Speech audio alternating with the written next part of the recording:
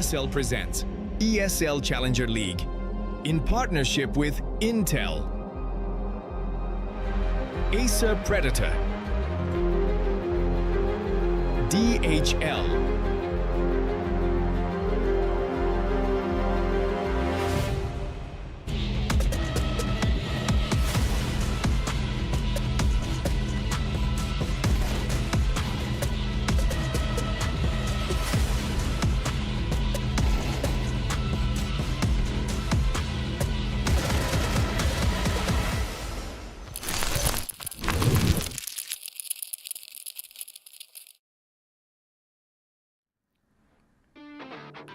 Welcome everyone to the final act of ESL Challenger League South America Cup 3 for Season 51. We've been keeping an eye on ShindeN throughout the entire of this bracket, Matt, and guess what? As we thought, they're in the grand final.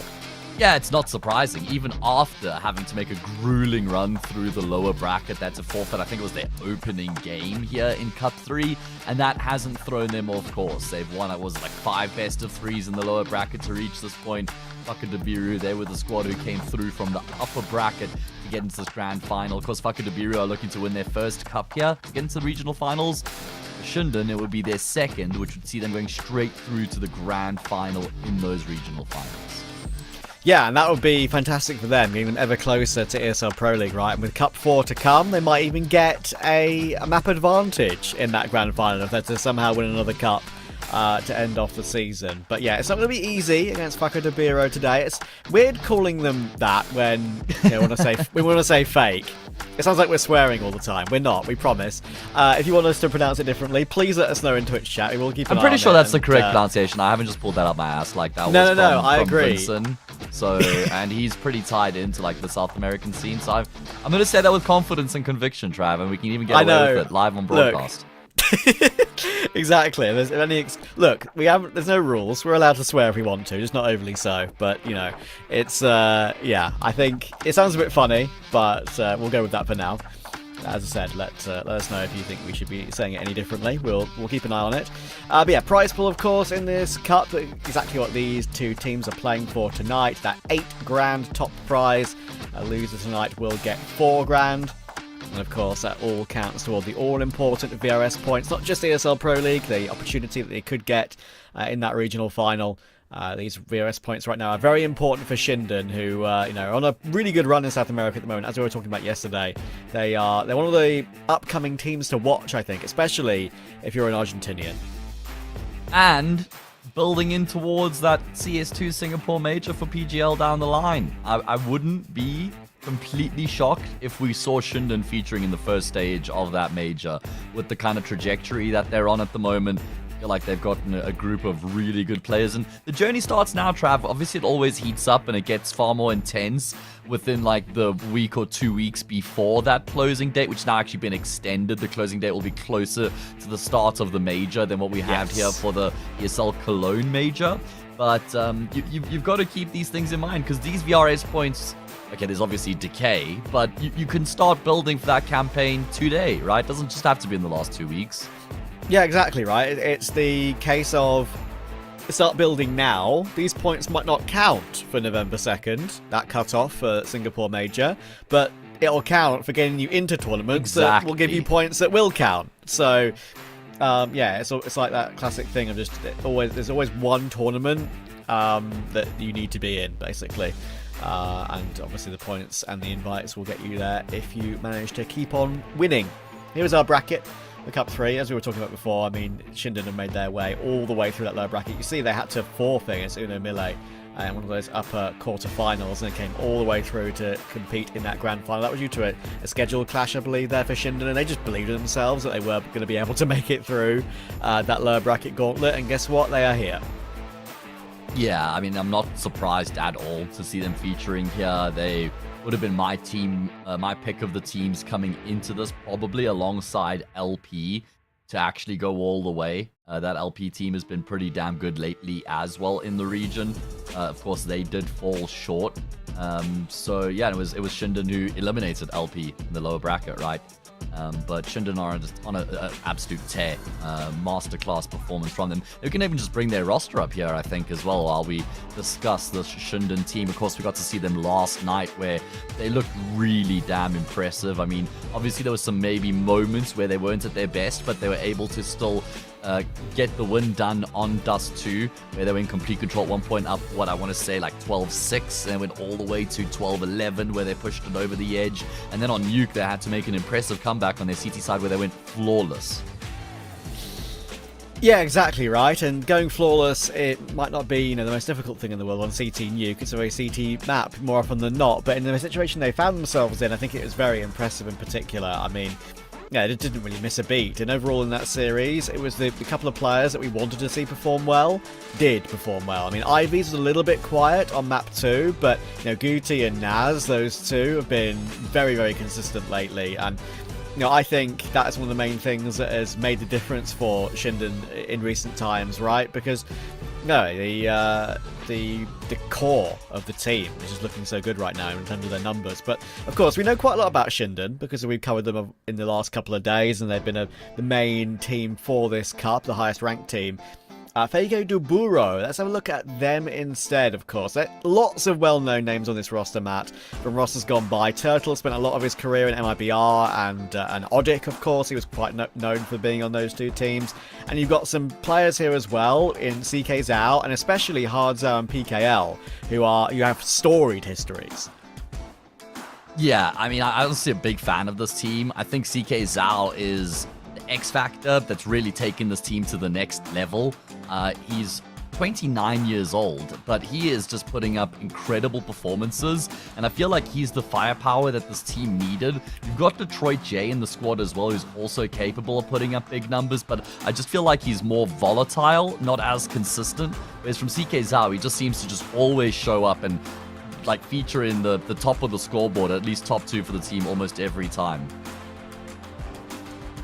Yeah, it feels that way, doesn't it? And for me, I think the thing that's exciting is these players in South America just still playing. I got to give them the respect they deserve for continuing to really ply their trade. Because if you look at the teams PKL and Hard Zhao, of course, as you say, you said earlier, the X2 game roster. I mean, PKL only has a 0.9 rating in the last 3 months, but that's because he's been leading and playing in so many of these teams for so damn long. I mean, he spent nearly 3 years on Pain. He was on Fluxo for a bit and really became known to me when I was watching old ESL Pro League Americas region tournaments when he was playing on Luminosity back in 2016 to 2018. That's when I first knew about him.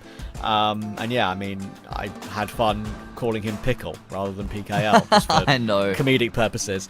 But yeah, I mean, it's cool to see them still playing their trade so much. And as you can see, they did just win an online tournament at Bet Boomstorm Season 2. Yes, they're coming off of a high right now, Alpha Biru, and that's certainly going to boost their confidence, right? I mean, they did have to play a 3-map series, but they've had at least over 20 minutes now between series to just reset themselves, stretch their legs, maybe have something to eat. So I reckon that shouldn't play any sort of role in terms of affecting their performance here against ShindeN, who we were extremely impressed by yesterday. There were some outstanding individual moments. That Udi ace in the pistol round to open up Nuke is the first thing that comes to my mind. And then obviously some big clutches as well. Ivy's on the AWP had back-to-back 3Ks on Dust 2 to get his team over the edge, and some post plants on the speed bomb site, one with the AWP, one with the rifle. So flexing his muscles with different weapons. And just from top to bottom, not only is there no weak link, you've got 5 extremely strong players on the ShindeN roster at the moment. Yeah, and the main thing that makes me kind of excited about ShindeN in general is the fact that, look, they are playing against lower tier 2, tier 3 South American teams. And I've said many times to you, Matt, when we've covered ESL Challenger League in South America like we have done for multiple seasons now, quite often I feel like in SA at the moment, it's quite a lot of quantity over quality. That is slowly, to me, starting to change a little bit. It's a more 50-50 than it was before. There's a lot more quality. There's a lot more individual players that I'm really excited by at this level. And ShindeN aren't just farming Tier 2, Tier 3 South America. They're also beating the likes of MIBR historically. They've beaten Fluxo. They've beaten Imperial. Like these are teams that are established that should not be losing to ShindeN, really. And as you can see in our head-to-head, there are some great numbers for Guti on the team too. And CK Zhao will have a new young upstart to deal with tonight. Yeah, exactly. I've been very impressed by CK Zhao and his level of consistency, as I was saying earlier. Just we have these really strong performances and really good numbers. He is the lifeblood of this fucking Biru team as far as the rifling is concerned. And then Guti is the newer boy on the block here for ShindeN, and because he's also been so good, they haven't really taken a knock since Nacho's departure. In fact, it seems like they're still continuing their upward trajectory, still trending in the right direction. I mean, currently ranked 57th in the VRS. That is worldwide. So obviously in the Americas, they're going to be way higher than that. They're probably like borderline. I'd say they're like probably top 12 in the Americas at the moment. Ooh, you're close. They're 16th in the Americas right now. They're behind. All right. They're behind Fluxo, Odic, and Voka. But I'll tell you right now, if they win this cup, I reckon they're already like 14th, 13th off the back of winning it. So, yeah, they're definitely in a good position. Definitely in a position where they can contend. I mean, right now they're above like Wildcard and Red Cannons, for goodness sake. So, yeah. And Imperial. So, yeah. It's going to be interesting to see how it's going to go. We've got a veto to show you already. We've got a confirmed map pool for this series. Somewhat similar to yesterday, Matt. I don't think there's going to be too many surprises for ShindeN here. We know they love a bit of Nuke. They put it 31 times in the last 3 months. We saw that incredible CT side they had yesterday against Uno Melee. And guess what? They've gone into it again, picking into it here for our second map. Feko de Biru do have Dust 2, but we know that ShindeN play it a lot too, and play it well. So while they're happy to pick into their strength, which is their most played map, it's not like they've got a weakness to expose on ShindeN right now. Absolutely not. I mean, we saw the team yesterday were really good. They did have a moment or two where they weren't really at the races, but they should have won Dust 2 far more convincingly than what the scoreline suggests when they were 12-6 up, and it ended up going across the line at 13-11 in favor of ShindeN. So I think Feko de Biru have got their work cut out for them, but CK Zhao is a handful on Smap. On the T side in particular, you'll see him just fighting a lot up catwalk into Murd, and then from short onto the A-bomb site as well. So keep an eye on that for CK Zhao and Feko de Biru on that T side. Yeah, it should be interesting. This, I don't think, to me, is any sort of a walkover at this final, right? I mean, this is going to be a hard one. Now, Feko de Biru right now are on a 6-match win streak to win that cup at Bet Boom Storm. And historically, when this team were 2-game, they did get a win over ShindeN in the previous season of ESL Challenger League, but in CCT more recently, only a couple of months ago, ShindeN did win 2-0. However, Dust 2 and Nuke were played in that series too, and it was 13-11, 13-11. It could not be closer in regulation. So, it's going to be a pretty cool final, I think. Yeah, I'm right there with you. This should be a bang-up. ShindeN on the T side. Straight up long into the save bomb site. Feko de Biru have caught wind of this, though. It's a really good flash, but Ivy's... Oh, it's actually... I got completely juked for some reason. It's ShindeN on the CT side. And it's Feko de Biru straight up long here. Ivy's is the one to draw first blood. He's got good support here. Raguti will get an important kill. It's all down to CK Zhao and Detroit. 2 heavy hitters here. The 2 stars for this T side here to try and make something happen, and they found 3 frags in quick succession. Arba's going to commit to the flank through from long. He will find that first frag for free. Information now gleaned. CK Zhao drops down. Arbas has got that info, though. He should have a really good idea that CK Zhao is in towards elevators. He's going to fake the audio cues as he's pushing up the ramp. That'll bait CK Zhao back out, and he'll finish off the clutch. That is beautiful from Arbiz. That did not look like it was going to be as easy as it was. Sure, the big flank round long is great for the 1 kill, but CK Zhao did know what was up and did reposition well, but it's a good... And you know what, Matt? I love that because I don't see players do that enough. It's such an easy thing to do and a very, it's not like it's groundbreaking to fake the footsteps and then come back slowly like that as we see it on the replay. But in clutches like that, I just don't see CTs or Ts even do that enough, I feel like, in those sort of exact scenarios where you can bait a move from an opponent. So, sure, he could have maybe stayed in elevator, could then move to new box, maybe play the headshot angle, and that could have been more awkward for Arbiz. It was a gamble to fake those footsteps and trying to draw him out, but at the end of the day, yeah, CK Zhao took that bait. Yeah, and it's also because CK Zhao didn't know that Arbiz knew he had dropped down into elevator, right? So CK Zhao's not even remotely considering that he's being baited into that push. Really nice stuff. And you're right, it's such a small detail, but it's just very good heads-up decision-making in the clutch there. Instead of having to go and fight into CK Zhao, you bring him into your territory. Of course, there was a bomb plant, the losing cause for the T-side and the pistol, so they will be able to invest pretty heavily in the next. And they're trying to fake a lot of presence in towards mid. Let's see if Fragudi is going to get caught off guard here. A lot of damage done, but he comes up empty-handed as far as kills are concerned. Now a bit of pressure. We saw lots of force buys going back and forth in the game yesterday, ShindeN versus Melee. That was happening a lot, and HardZao, I think he's managed to just drop into CT from short and catch 2 rotators. That's crazy with the Mac-10. Tomajed is in the middle of nowhere, and he should get caught, and HardZao won't let him get away. So, very nice response there. I'm not sure we're going to see what HardZao managed to do on the replay, but he is the main factor to get Biru back to even keel early. Yeah, sick stuff, man. Really sick stuff there from them. I like how much emphasis they put in towards mid to try and draw the attention away from long. The fact that Fragudi came up empty-handed certainly was problematic. And then you're right. I mean, HardZao just getting those 2 kills really fun. Hammered those final nails home. Force Buy plays into a Force Buy, not nearly as convincing. Double tag from the AWP, Arbors and Ivies.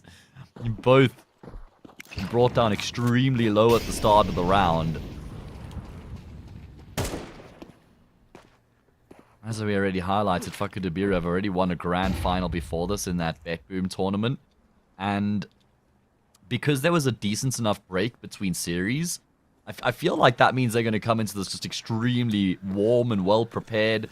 You know, everybody's going to be working well as a unit. They're going to be online in terms of their comms. It's not going to take them any time to get going here. Whereas for ShindeN, they're obviously a lot colder coming into the server. Yeah, maybe. But, you know, we've seen ShindeN start slightly slow on a couple of maps recently. I just don't think it's going to be an issue today. Arbiz is now on the site with the 5-7 and not anymore. CK Zhao will remove him. The scouts missed a shot, and that means it's an easy rundown for Pickle. That's the first time, not the last time I'll do it. Got him. I actually did that unironically for an entire best of 3 once. Because you thought it was actually pronounced that way. Yeah, and I even baited Brandon into doing it as well. So we were both just calling him Pickle for an entire series. That is high-key based. Good job. I'm just really glad I wasn't doing it alone. And then I did a cast with Vincent like the next day for the team. And I was like, yeah, you know, Pickle. He's like, oh, that's so funny. Calling PK. I was like, wait, that's not his name? I wasn't. Yeah, of course I was joking. Haha, yeah, really good one, right, Vinny? Oh, dear. Anyway, I mean, there were so many, like, just endless nicknames in South America that are 3 letters. I mean, we've got multiple on the server today. Imagine if, like, we had to call Naz N-A-Z, or... I mean, we've already debated about Ivies as well, like how we're going to say his name. It might be IVZ, but Ivies just sounds way cooler. Yeah. So, we could be wrong, but we're choosing the cooler option, okay? Can you blame us? Make a petition if it is supposed to be IVZ. We'll help him find the light. Well, there's not going to be much light here, mate, I'm afraid. Nah. This is Not at the start, round at that least. should be snuffed out pretty Yeah, quickly. 100%. Should be easy pickings here for the T side to assume control nice and early and get themselves a 2-round buffer.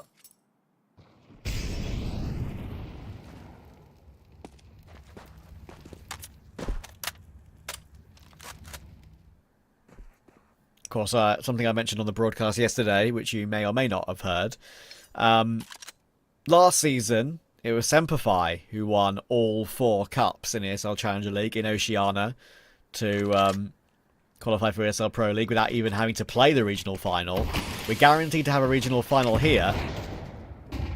There's a chance it might just be that advantage still, though, for ShindeN. You never know. They do really well at Cup 4.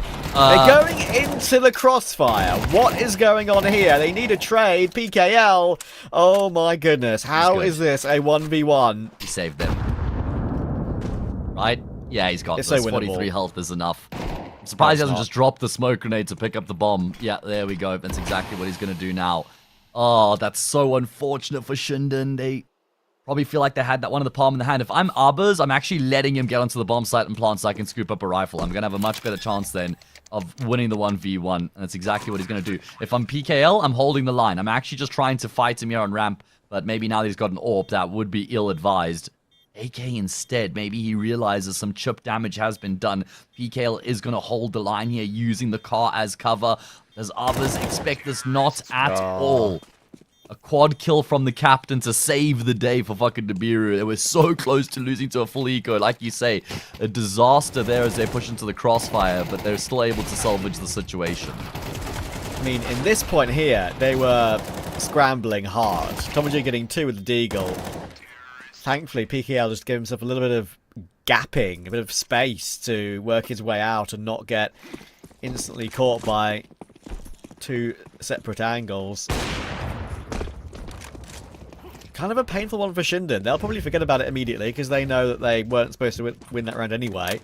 But it's one that's got away, that's for sure, even if they had no rifles picked up in the end.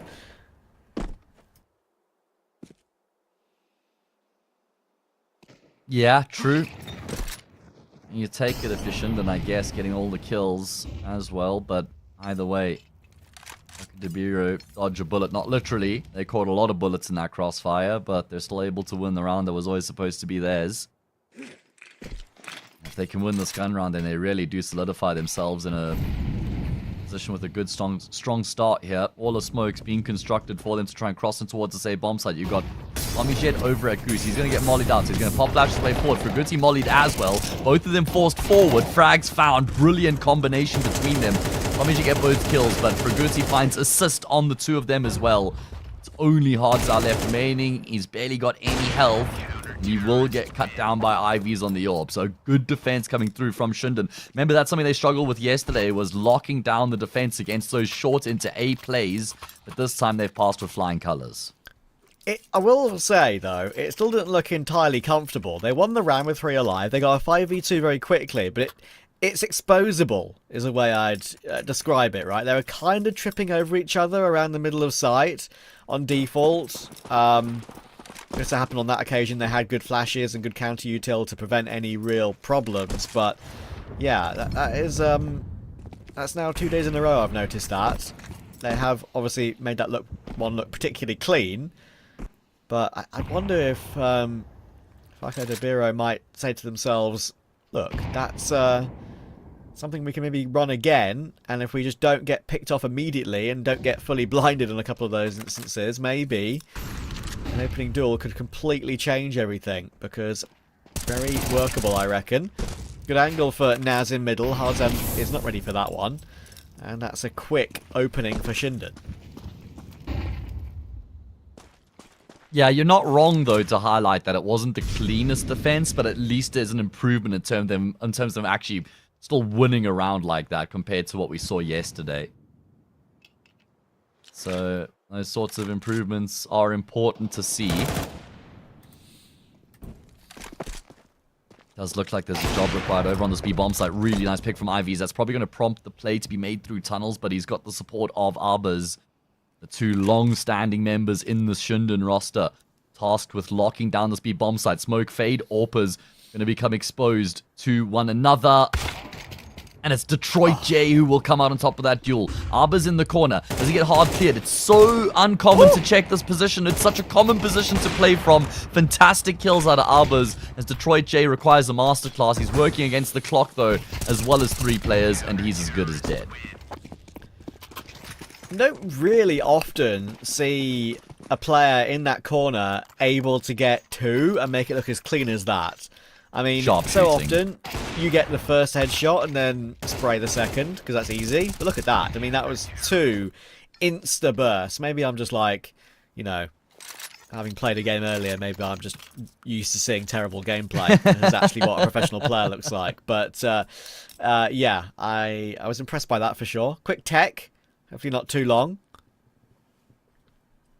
Trav, I cast a lot, as you know, especially with CCT, and so often the second part of the setup on that B bomb site will play in that corner. Obviously, it's the more popular position is the immediate left corner as you push out of tunnels, but that's just become too popular and too common that it gets hard cleared and basically pre-fired by the first or second player entering through every time. But that second corner so infrequently gets cleared by Tees pushing into the site. And I feel like it's a big oversight, because if you do hard clear it, you're almost always guaranteed to get that kill. You're definitely relying on not being checked when you're playing in that position. Yeah, exactly. Some farming here for ShindeN. That's almost going down. A little bit whiffy, but it doesn't matter. He had 2 players in support in middle. Ivies and Tomajed will manage to help out. That puts ShindeN now back into the lead again. It was a great start by Biru. I almost want to call them Biru, like a pen, but I'm trying to wean my brain off of that. Honestly, that would be lost on everybody but people from the UK. You think? I've never heard of that before. A Biru? Yeah. You know what a Biru is? Oh, I just said never heard of it before. It's a pen. Yeah, okay. Got that much, but I've never heard of the brand before. Oh my god, I've never heard you make that tone with me before. I feel scared. You sounded so annoyed with me. No, not at all. No, I'm sorry. Come back. Don't leave me. No, but I honestly, Terrifying. I've never heard of that one. Parker pen. Yeah, sure. Albers, this time he is in the close cubby. Oh, well done, Hardzao. He's the one who actually checks. He's the 3rd player coming through there. And he is the one that will check. If Albers hadn't gotten cleared, he could have got at them from the inside out. Ivy's desperate to try and force his way into the B-bomb site. He goes down, and fuck it, the Biru will reign supreme. Yeah, there's been no issue here. I appreciate Ivy's giving that one a go, right? Many other teams would have run away from that before, you know, he was even anywhere close to entering or re-entering the bomb site, but he had to try and fight. He wanted to try and fight. He did, but only the 1-for-1. And now Fraguti, or Guti, as now he's known on HLTV. He's dropped the Fra. I wonder, I'd love to know what the motivation was behind that decision. Like, just wake up. Maybe one it was day wrong and from the decide. beginning. That's my suspicion. That I think it was wrong from the beginning, because if you look at his Twitter that's linked on his HLTV profile, his username is Fraguti, but the G is like capitalized, so it's like Gutyyy. Yeah. I reckon that was just like name he used because like Guti was taken and he likes to frag, obviously. So he just added Fra at the beginning because it sounded cool. But his name originally was always Guti. That's my opinion. That's an interesting theory. Properly. Yeah. Like I said, it'd be cool to just like literally get to chat to him. We don't really get many interviews these days, which does make me sad. Yeah. We used to in ECL, didn't we? Like, we used to have the odd interview then and there. That's true, you're right. I remember in, like, the old ESEA Premier days, you know, the name of this tournament before it was ESL Challenger League, we had a few interviews now and again. I remember interviewing Shalfie once for this tournament. I also remember interviewing X5, our old good friend, the Steam Guard Code. Did you coin that name from Trav, or did you get that from somewhere? X5? Yeah, like the Steam Guard Code. Yeah, so I got Steam Guard Code from like just a joke online. I didn't make that a thing. It wasn't me. But I did in that interview, which was however many years ago now. He's now a player for who's he on again? He's on Nuclear Tigers? No. K27. K27, thank you. Got the wrong one. Yeah, my 2 favourite tier 2 Russian projects. Yeah. I asked him, I was like, how did you come up with that name, bro? And I'm pretty sure he's probably trolling me, but his answer genuinely was, I hit my hand on my keyboard. I remember that, and it stuck. It's a weird one. I'm not because sure if I about that. look at where all the letters are, like, I guess it's doable, but it just seems super unlikely. Trying to, And like, for a while, we thought it might be Zagev. yeah. And that was like... Did we also just get trolled about that?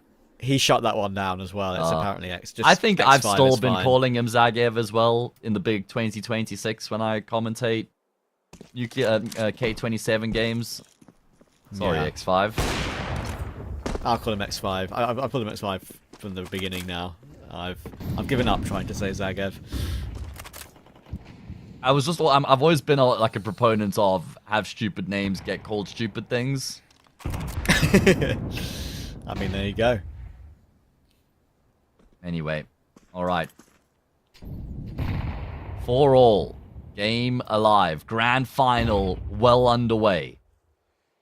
I'm expecting this to be a heater of a series, and Ivy's is warming up as the game goes on. He's up to 9 kills already. First blood drawn, and he's hunting for more in towards middle.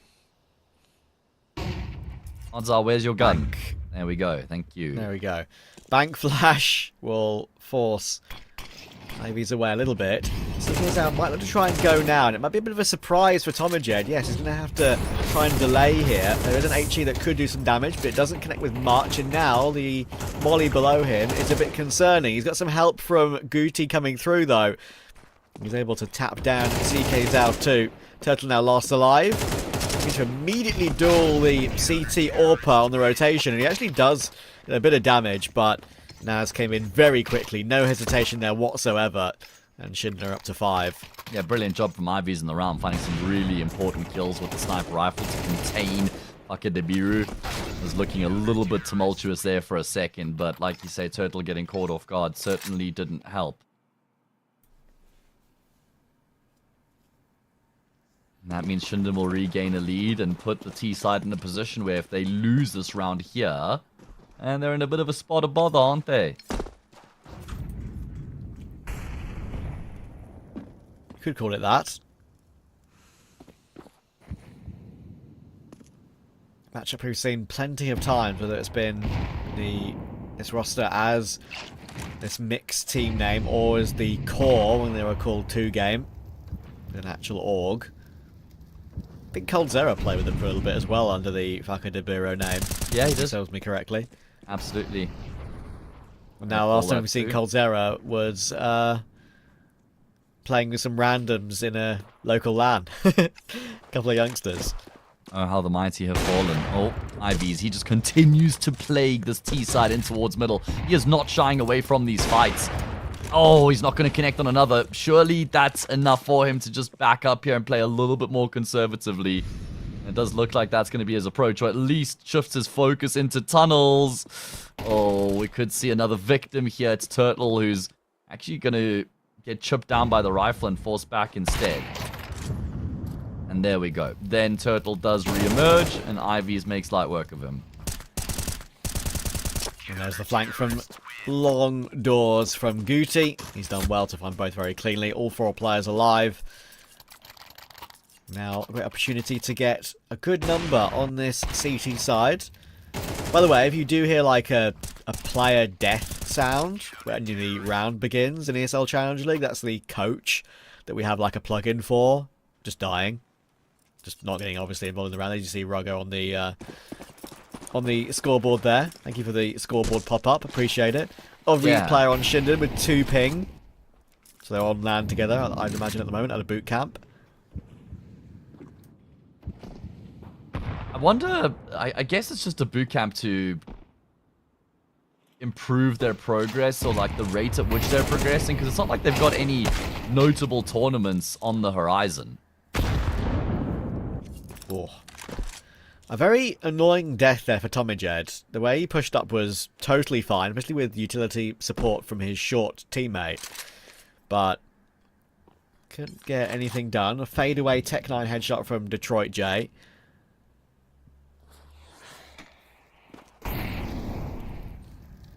This would be a bit of a lifeline for the T side if they're able to grab a round like this. I'm not expecting Guti pushed that far up, and now that is revealed. They're trying to set up Ivy's to help, but will he?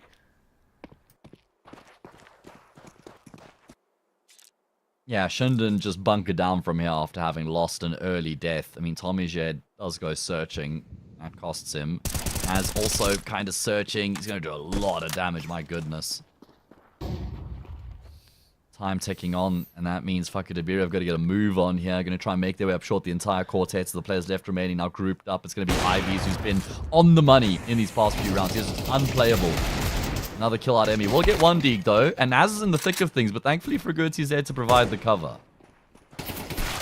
Now 1 HP for ZK's out as soon as he tries to make his way through.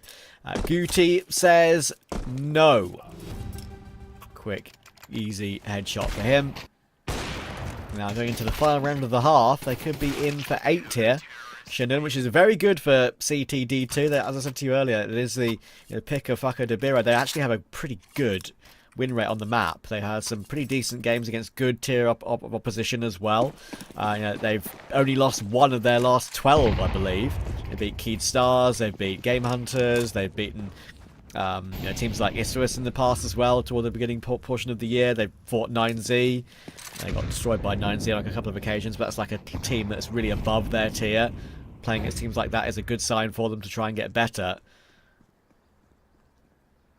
Absolutely. It shows that they're no longer just languishing at like tier 3 within the region, but they're punching upwards into the higher end of tier 2, which is where I think they belong. Big opportunity for them to really assert themselves in this first half if they can finish this off at 8-4. That'd be a great return for them.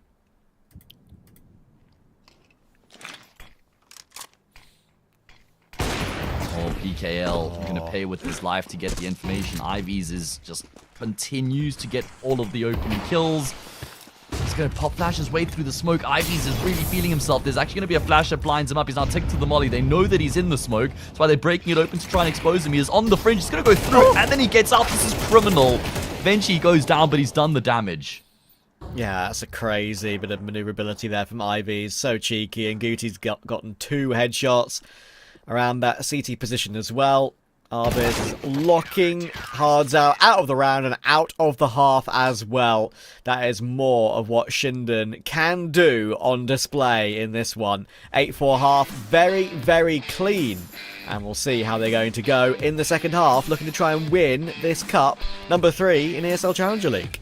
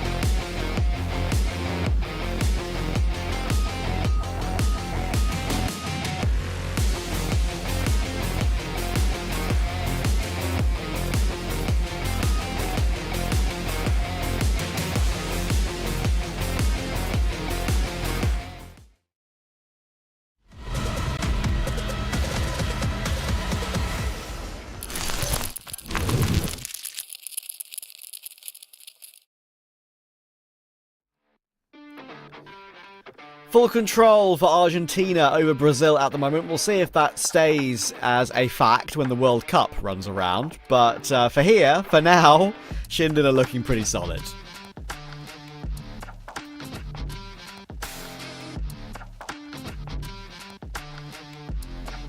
They're on the money, Trav. It's looking really good here for ShindeN. I mean, it wasn't the best start to the half for them, honestly. It was fucking Biru had kind of come out the gate swinging. Wasn't it 3-1 at one point in favor of the T side? And then the half ends 8-4. And that's largely thanks to Ivies, who just does a brilliant job with that sniper rifle on the CT side. Once he got that off, that was one of the main contributing factors to ShindeN's success on the CT side. And now it kind of feels like they're in a position where if they win the pistol, this game is chopped for fucking Biru. Indeed. Tough position for them.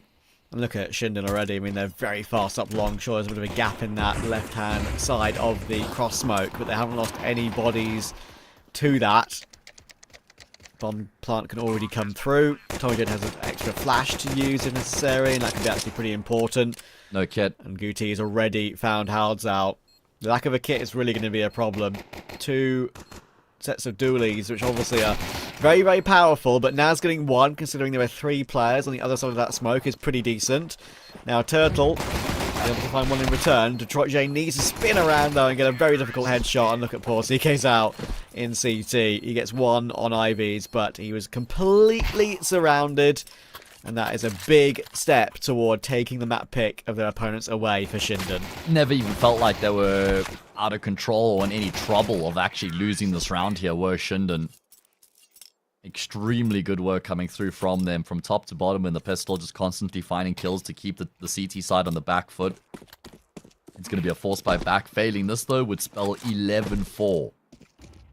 I don't expect them to be coming back from an 11-4 deficit, I'll tell you that much. Ivies and Detroit J is actually a really cool head-to-head because they both love a duel. They both have a lot of confidence and self-belief.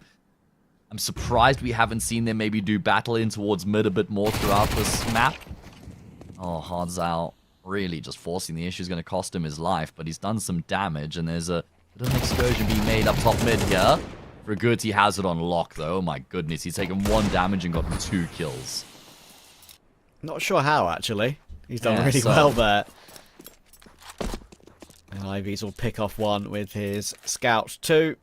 ZK's out. Will be wondering, all my friends, where have they gone? All my friends are dead. Is that a quote? Probably. Okay. Some, like, metal song. That's probably the one genre of music, like, I just couldn't take. Like, hard screamo metal music. Oh, yeah, injected into my veins. That's not me. I can accept a bit of hard style music if it's like a remix of a legendary song, like Rihanna or whatever. But like I don't want anything too crazy, you know. I'm more of a lo-fi, deep house kind of guy. Nah, I'm the guy who's like in the mosh pit, fumbling around, crashing into people. Why does that not surprise me somehow? I don't know why. But... Crazy story. We have an eco here, so I maybe just go off on a bit of a tangent. But I was in a mosh pit once, like maybe a year ago, at a local live music show in South Africa. It's a pretty like small venue, and I was just having some fun. And they're not like serious, like not like people like punching each other and kicking each other in the mosh pit. You keep your elbows down and you're just bouncing around and bumping into each other. You know, if someone falls, they always stop and help the person up. So it's in good taste. But anyway, I was like having all the fun. I then go outside to my friends who are sat at a table. I'm like, damn, that was so much fun. I pat my pockets and my phone had fallen out of my pocket while I was in the mosh pit, which is like worst case scenario. Because not only am I worried it's going to get taken, I'm worried it's like stood on or crushed or whatever. So I rush back inside, wait for the band to finish playing the song that they're busy playing. I go up to the singer and I like get his attention in the front. So I'm like, mate, I just lost my phone in the mosh pit. And then he's like, this guy here lost his phone in the mosh pit. Everybody look around. And someone puts up their hand with my phone in their hand. And they're like, I've got it. And the whole crowd just cheered. And that guy gave me my phone back. And I was the happiest man in the world. I bought him a drink. And it was a great ending to a scary story. I like that. There's not enough stories of just nice humanity moments in those sort of situations. I don't know. It's always like, oh, he took my phone and I found he spent 5,000 quid on like cocaine or something crazy. Exactly. Like, it's like, yeah, I know. I like a good ending. I like a happy ending, and that was a nice happy ending. And everyone erupted as well when like they figured out the guy had my phone. Everyone was so happy for me. Yeah, that was a good one, man. Anyway, I digress because it was an anti-eco. Exactly, we lock back in here. ShindeN are on the brink of just dominating, completely demolishing fucking Biru on the Brazilians map pick. Got to make this round work on the CT side. They got the AWP and all of the fat and trimmings around it as well. In goes Guti. There are 2 players here. There's also a very quick rotation available. Of course, having to fight that player boost up on the close tunnel boxes means you are exposed to Hardzao, but he only goes 1 for 1, and now very difficult to retake from here for fucking Biru. This is going to be really painful. Detroit J's only chance might be to line up a wallbang, but that's not where the bomb is being planted. So he's going to have to bide his time. They do have a little bit of util, but no kit. I mean, how do you even get in? No tunnels presence again. That's always the thing that I mention. If you don't have a tunnels rotator in CT to retake, it's pretty much a done deal. That could be an opening at least. But Ivy's is going to get both. Clean work from him. It's now a 1v1, and all Naz needs to do is waste time! Oh my word, Detroit J. That is a crazy quickscope, and I think he's got it, you know. Oh yeah, definitely. No doubt about it. What a ridiculous kill. And like you say, Ivy's didn't even have to face him, but he's thinking, okay, well, while Detroit J is dropping off of the blocks, I'm just going to swing him here and guarantee the kill. And like you say, it was a quick scope because we don't have the no-scope signal in the kill feed. That's insane. I mean, that's the only way Detroit J could have won that, because there was no kit, unless it was maybe one of his teammates. Look at that. That is outrageous. And that's exactly what fucking Biru needed here to try and inject some life back into this game. Yeah, it was the map was a done deal if it wasn't for that. That was gorgeous. Naz will feel a bit hard done by. Like, I think he's peaked at the right time rather than trying to hide forever. Sure, if he does play around big box on the site there for 2-3 seconds, it's definitely possible against an AWPer to be able to waste the time like that. But, you know, there's always a risk he doesn't have a kit, right? Yes, that too. So, there's always a risk of that and just being straight up killed with the AWP through the corner of the box. Like, it can happen so easily without you even realizing when you think you're actually hidden. So, yeah, I don't mind him peeking when he did. And, well, this time he'll be humbled. And maybe he's a bit frustrated because he's not in the server anymore. Desk smash anyone? Yeah, it's not a bad shout that maybe there was something frustrating that transpired. I mean, some frustration that transpired, should I say? I mean, there's always that one if you have, like, your PC on your table, and if you hit your table too hard, sometimes it can actually, like, restart your PC as well. That's a weird that one, isn't it? Yeah, I'm always scared of that, though, like, just sending a little shockwave through an extremely delicate machine. Yeah, my PC is under my desk, so... Well, with the amount of times I knock my beverages over, that's just asking for trouble. Yeah, I mean, you know me, I hate you for that, and I have done forever. Lidded, mate. So... I have my second monitor and my main monitor, obviously, on my desk, but my PC is underneath the... it's actually quite an old desk now. It's a bit worse for wear, but one day I will change it. I think it's time for a standing desk for me, you know. One of those, like, automated ones with a button where you can raise it up and put it back down again. That's a great idea. That might be an investment I'll actually go for this year. Yeah, our producer coming in and saying she can vouch. So I'm actually going to buy one, and then if I'm not happy, I'm coming for you, Z. Yeah, it's all her fault. All right, well, like you say, must win round. Go on, mate. The reason why I haven't done like a standing desk yet is because I can raise my monitor up like high enough to be able to stand and be at relative eye height with the game. And usually when I'm at home, as you know, we've covered, you know, ESL Challenger League, ESL Challenger LANs in person together. More often than not, we stand when we are in person. But for me at home, I nearly always sit down. Yeah, same. But yeah, I agree with you. I think it would be nicer to stand more often rather than sit. But the issue is why the standing desk would be goated, like you say, is that I just don't have to mess around with my monitor height when other tournaments need me to change my camera level and all these little settings and stuff like that. So I think that's going to be the investment. I don't know how much they are. But, I think, I mean, in South Africa, they're probably cheaper than what they would be in the UK. But in pounds, I remember checking, they're probably around like 300 quid in South Africa. Okay. So it is affordable. But, I mean, it is an investment. It's not only that it helps with the monitor being at eye level, like you said, and then that sucks like with the camera if you have to move the monitor up and down. But it's also nice to have, like, the mouse and keyboard without being, like, having to hunch over. To, like, let's say you want to check something on HLTV while you're busy casting or whatever on the side.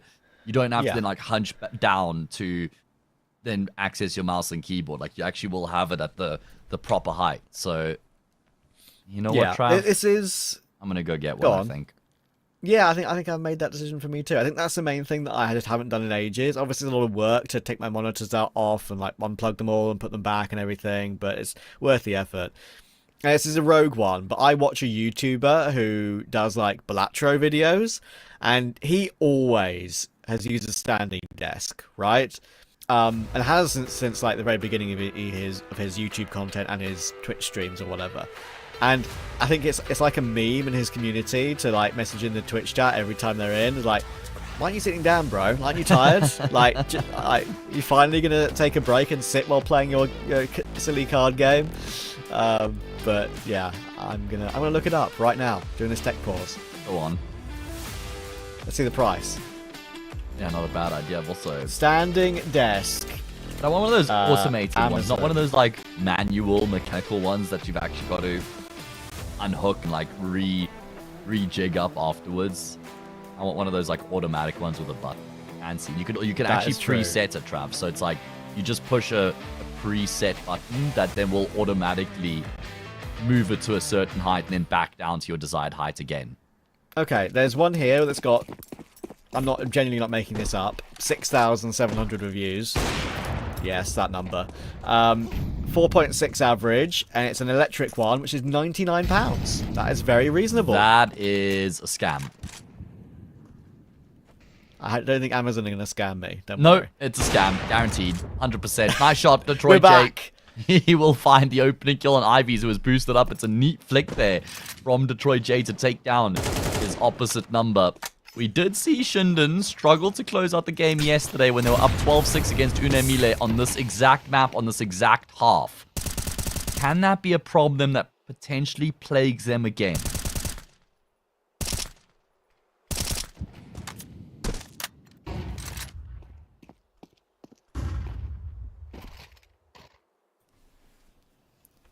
Surely ShindeN are going to stay in full control here, but as you said, I mean, it's happened before, and also, with that tech pause coming through, that has kind of stopped their momentum. Sure, it was Detroit J to get that lovely quick scope at the end of the previous round to win the 1v1 over Naz, but you never know. Sometimes those pauses can change the path of a map.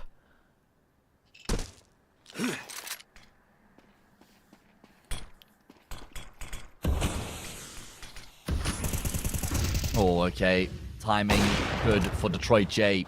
Right in position as Naz will come on through. Molly. CK Sal's going to burn. He's going to then stand up after taking some chip damage and then catch them off guard. Sacrifices some health to then have that element of surprise. Because they're waiting for someone to peek as soon as the Molly looms. And then when there isn't any presence shown, that's when they start to shift their focus away from the corner. So it's well done from CK Zhao, as we now see consecutive rounds being strung together for this CT side for the first time since their 3-1 little start. Yeah, the money is almost broken as well on ShindeN. They're actually choosing not to fully invest, so, you know, arguably you could say it is kind of broken. They could have gone in with a Galil, maybe even two actually, to go alongside the Arbiz AK, but I appreciate this from ShindeN, not going too crazy on the purchase. They can buy next round totally fine. And they've got enough in this round to maybe cause the CT side some issues still.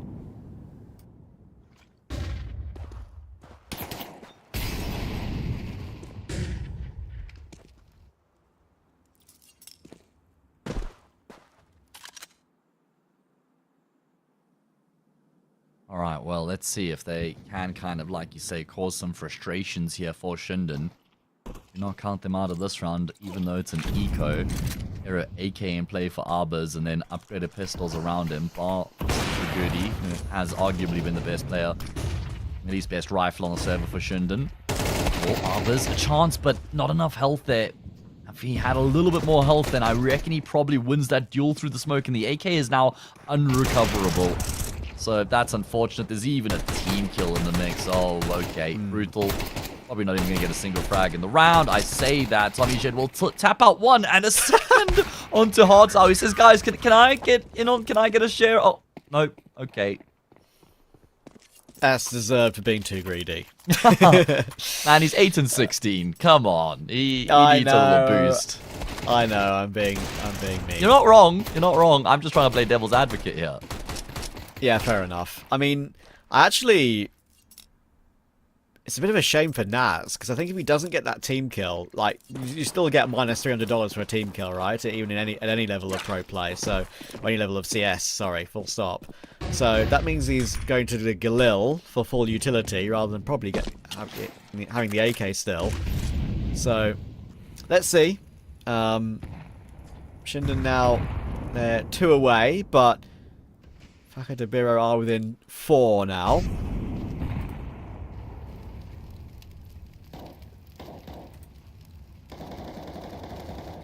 This is the round for me where I actually start to get concerned for ShindeN if they lose this one. Ivy's has his AWP. Arbors is the only one who's been reduced to pistol. They know for a fact that there's a player in pit right now. They're desperate to try and uproot him. Turtle going to be forced forward by the molly, playing around the fringe of the smoke. He does a lot of damage to Frigurti. Honestly, more than I'd expected.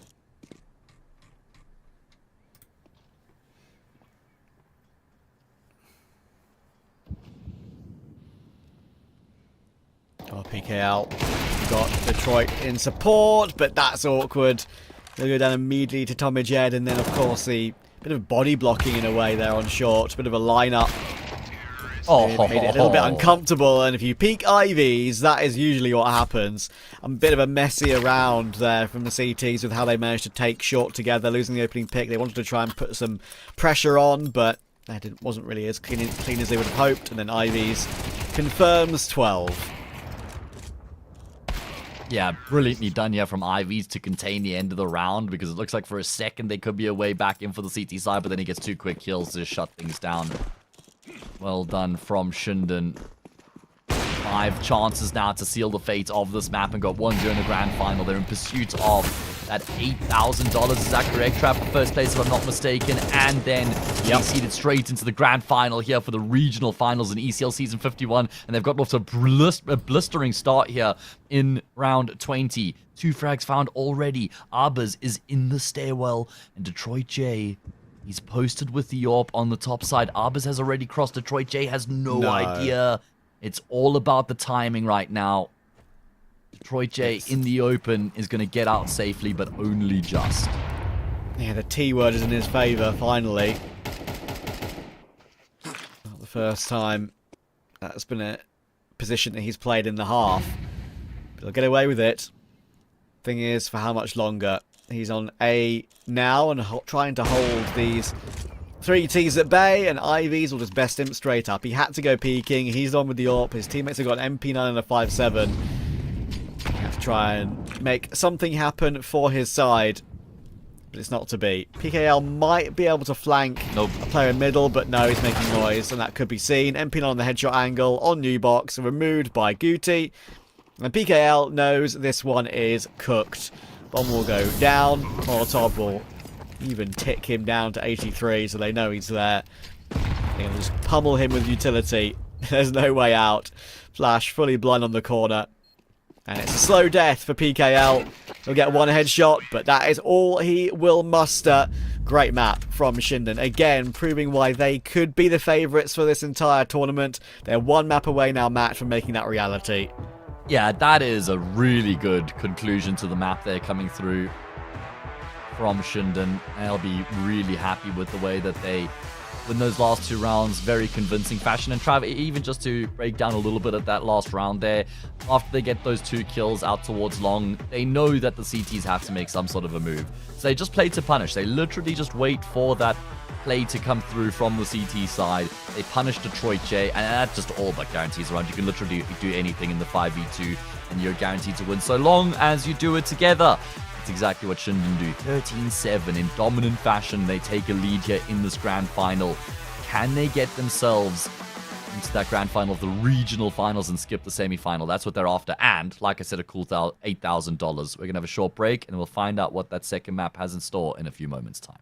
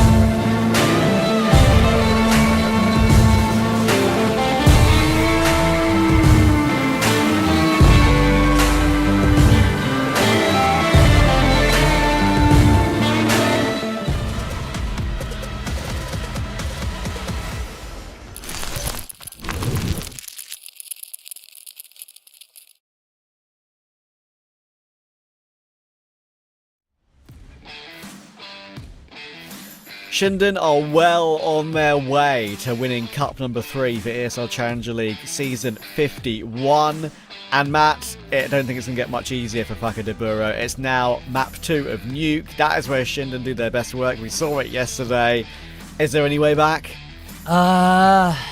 It'll be really difficult considering how good ShindeN looked there in the gun rounds in particular, because Biru were 3-1 up at one point, and they ended the map with 7 rounds in total. So my real concern is how much the gun rounds were just dominated by ShindeN. You combine that with how good they looked on Nuke yesterday, and I think it does spell trouble here for the Brazilians. Yeah, that's not something that I'm entirely hopeful for, unfortunately. I think Argentina might be coming out on top this evening. Our MVP for map 1 is no surprise whatsoever. It is Ivy. He's played very solidly across the entire map. Yesterday, he was great on D2 as well, but also then fell off a little bit on Nuke. I'm looking to see if he can keep it up for 2 maps in a row this evening. But if it's anything to go by, if Dust 2 is anything to go by when it comes to his form, we're going to have another good performance from Ivan Quintana. Great name, rolls off the tongue. Yeah, I like that one actually. Very, very cool. Thinking, is there like something to do because he's got IV at the start of his name? I was looking for a Z somewhere, but maybe a middle name? I don't know. Anyway, he was a handful on Dust. He was so good with that AWP, both T and CT side. Took the sniper rifle as frequently as he could get it. It was a big contributing factor to them actually even getting the map across the line there in those last 2 rounds. He was just so good in middle, taking all the duels that came his way, forcing fights as well. And yeah, going into Nuke, not a map that's generally as dominated by the Yorpa, so maybe that could make life a little bit better here for the Brazilian team, but we saw how good Goody was on this map yesterday. And he was really good with the rifler as well. TommyZ had some good moments. That rifling duo is on the money. It's kind of crazy that the 2 best riflers feel like it is TommyZ and Goody at the moment for ShindeN. And that speaks volumes, considering the other 2 riflers are Arbers and Naz. It's like, we know how ridiculously good they are as well. They're in such a good place right now. Yeah, if you want to look at yesterday, how they played on Nuke against Uno Mille, sure, it's not as well-known names in the Brazilian scene as the players on Biru, but it doesn't make it any less impressive with the 13-9 for Naz, 23-13, and a 1.54 for Guti, and an 18-14, 1.55 from Arbe. It's funny how that works out, right? We always talk about the I guess you could say, debates around rating 3.0 on HLTV. You got Naz going 13-9 with a 1.5. Guti going 23-13 with only a 0.04 improvement and only a 0.01 difference to Arbe's on 18-14. You would think Guti would be the highest rated player by a country stretch there, but Arbe's with his 103 ADR made the difference. Yeah, I mean, it is still sometimes quite difficult to understand how the rating 3.0 works and what it favors. And yeah, it is sometimes it's not just about the raw numbers anymore, like it has been in the years gone by. Some really good round swings and ADRs almost across the board there for ShindeN, which is, what I've been highlighting a lot with this team, is just how from top to bottom, you do just have players who can all have their moment. When you look at Biru, for example, PKL, Odds Out, guys who just haven't really been finding as much individual impact as of late. CK Zhao was the guy I was bigging up coming into Dust. He was pretty underwhelming as well, so we're going to need some drastic improvements across the board here from the Brazilian squad if there's going to be any chance of them keeping themselves in the contest in this grand final. Yeah, we've been speaking about what's on the line for ShindeN here if they win Nuke. It's the Cup 3 champions. It's getting that round skip to the final of the regional final. That 14 bracket. They wouldn't even have to play their semi-final. Also, talking about the VOS points earlier in the broadcast, right? They get 10 points winning this game. That would put them up to 53rd in the world. That 10 points, and by the way, this doesn't include the prize money that they get, the $8,000 for winning the entire event, so that doesn't include it. 10 points would already put them above Fluxo and near Odic, up to 14th in Americas. for sure, for me, with the $8,000 for a prize for winning the tournament, they could be up to around like Voka, Passion UA kind of level, right? I think that would make the difference to get them up to that point. So, yeah, it's a lot on the line for them when it comes to working their way up. That is the main goal for the second half of the year for them. I say second half of the year, we're only 4 months in, but you know what I mean. They know where they want to be, and they know their individual ability. So let's see if they can close it, or if the Brazilians on Faca de Biru have anything to say about it. It'll be ShindeN on the T side of Nuke. They only got 4 yesterday against Uno Mille, but we know how much their CT side just completely destroyed Uno Mille. So here we go. Yeah, and I also think that they're a better team than 4 rounds on the T side in general. I mean, they've normally got pretty good numbers on this half, right? So I'd be surprised if all they came away with was 4 again. Detroit J has already nestled himself into the vent on the ladder with his knife out. Cheeky. He's hoping ShindeN maybe just trying to go straight through Squeaky down vent, and he can just get some backstabs. I don't know if that's the plan here for ShindeN, not with the main smoke in play. Instead, it's going to be the A-take coming through from them, and CK Zhao will destroy Goody, and he regains his vision, only just in time to spot his transgressor. You've now got Arbuz, who's controlling the vent. Frag found from him. Hard Zhao is ducking in the edge of the smoke. Arbuz has done a lot of damage there, and he's kept these players at bay and created enough space for the plant. Yeah, now Turtle goes down, and with PKL 3 HP, there is no way he's working his way back in from heaven. He'll be sent down to hell. ShindeN take the pistol comfortably, and actually kind of funny with that hard Zhao moment in toward Mini. I mean, if he didn't crouch, he was dead, but he died anyway a few seconds later. So, bit of a shame for him. It's also why Detroit J goes into the vent at the start, because he's thinking he could have a way back into the bomb site that might catch ShindeN off guard. So it's got multiple different layers to making that play. The one is, as we've already highlighted, where he could catch players with the knife when they try go down the vent, and then he could also come back up and maybe catch them off guard. But neither works out for him to extract any value from that position. I feel like this force buy is really important for Faca de Biru, Trav. I mean, ShindeN won the pistol yesterday against Uno Mille and then lost to the force. If they win against the force and then convert the Eco 3-0 already, it's almost like all the rounds they need at a minimum picked up inside the first 3, for me at least. Yeah. And don't forget yesterday. Oh, PKL. I mean, that's a bit of a shame. It's such a common thing to do there, to jiggle pick the angle. And I'll get back to that point in a moment, because Hard Zhao could have something to say about this, and CK Zhao has managed to find a dig as well. So I'll put that point on ice, because they've got themselves a 4v3. They've wrestled it back, and it's forced ShindeN into ramp. Makes sense. Good reaction here from ShindeN to go down ramp, because they can connect the dots with Tommy Shed, who had already made his way down secret. So although they're still down by a man, they're going to get a bomb plant here. Well-timed smoke grenade as well. CTs are going to go through that. They make a lot of noise, though. Oh, Tommy Shed in the vent. Going to get dropped on by CK Zhao. Mac 10 enough to get that kill. 2-man advantage now. They hold all the aces. Do the CT side for the retake. CK Zhao going to go down. Doesn't know that Ivies is here as well. Ivies is out in the open. That makes it impossible for him. No kit, but time shouldn't be the problem. They know that Naz is here in on the double doors. Is the bomb planted for him? Absolutely. And it's just about getting the kill and covering the diffuser, but he's sprayed down too. Detroit J has gotten off the diffuser. Naz has read into that, and I think he's bought enough time already. He now knows for a fact Naz will clutch and save the day for ShindeN. Yesterday ShindeN fell foul to so many of those low buys from Uno Mille, right? It was kind of back and forth at the beginning of the game and really awkward for them.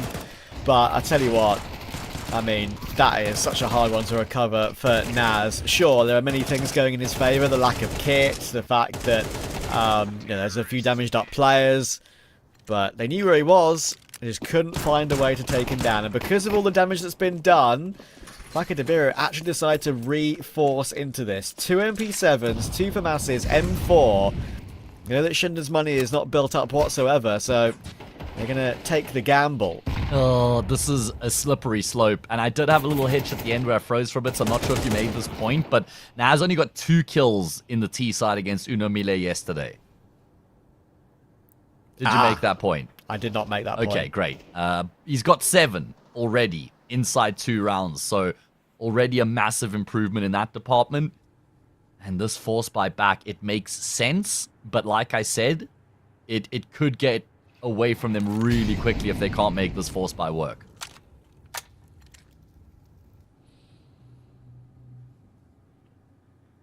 Tomajed's is already down toward double doors as well on B. Sure, glass not broken, so he's going to have to make that sound cue, but Arbis is going to hold on, find CK's out too. That's more than enough. Guti will find Turtle, and now this force is going to have to be saved. And just the point that I wanted to bring up toward the beginning of that previous round as well, it just kind of what caused a little bit of kerfuffle to start it. PKL jiggling that angle in towards Secret. Yes. Unfortunately, while that's the right thing to do, to throw the smoke as soon as you see a pixel of a T player across the angle, shadow advantage there for Tomajed was way too easy, right? And he managed to get past the angle so quickly that he couldn't even PKL couldn't even fall back. Yeah, so and that's what gave them the in the round, right? Because that's what creates the option for the other 2 players then go down ramp into the B bomb site. So even though he doesn't get any more kills, he was the one who gave them that option in the first place. Exactly. Terrorists win. Surely now they will eco. 4 players surviving for this T side. Only that AK, the real threat, coming into this next round.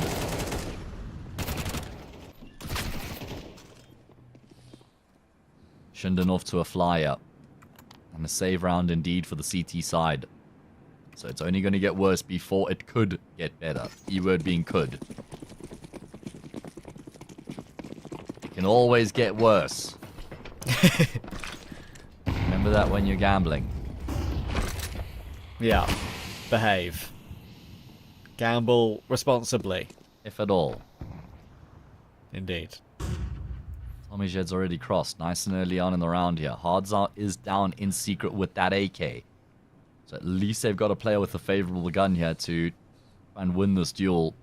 Cross is well placed. Notice how he's jiggling to give himself that advantage. They trade headshots, but the AK will trump the FAMAS. It's a start, and if they go in toward ramp, there is a crossfire to work with. Close left and close right. It's going to be very hard to get rid of. And now they're aware of it. They know what's going on. That might not make things as easy, though. They've not been able to remove Detroit J until just now, but now they found Turtle. And Hardzal, he's on the scene, but he's 1 bullet from death. And there we go.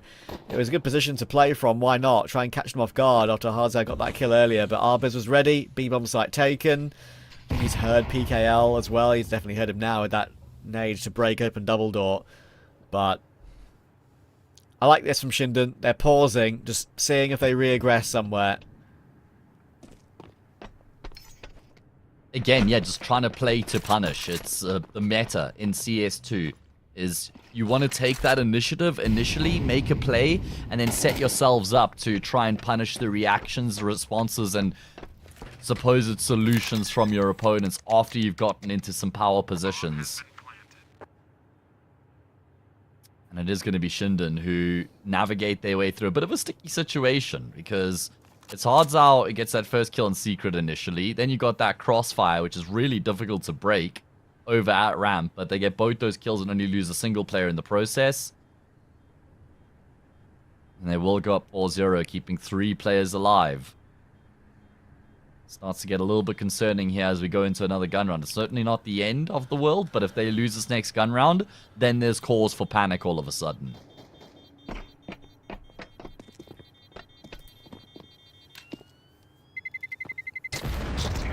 I'm not overly hopeful for the Brazilians in this map, it has to be said.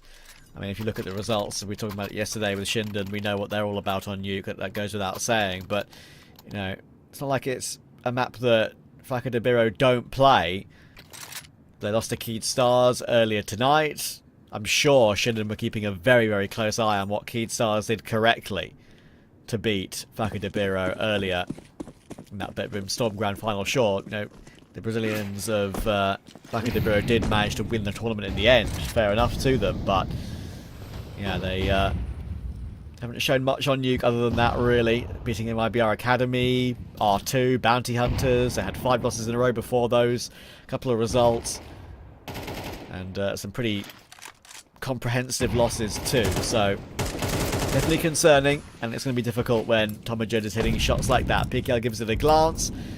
And that credit card position will be snuffed out. Credit card declined. Yeah, great job from Tomajed.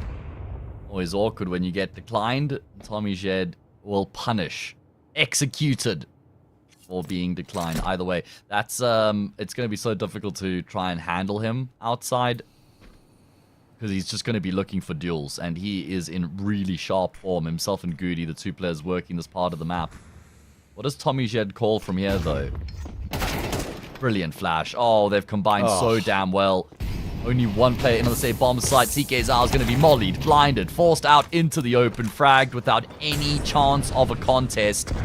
Detroit J spotted as he tries to force back. He has seen Tomajed, though. Is it worth even forcing this fight? Yeah, okay. At least they catch him there in a bit of a weapon switch. Overhunt here because you might actually motivate them to maybe go back in for this one, but just a couple consolation kills for now for the CT side as ShindeN are going to remain flawless.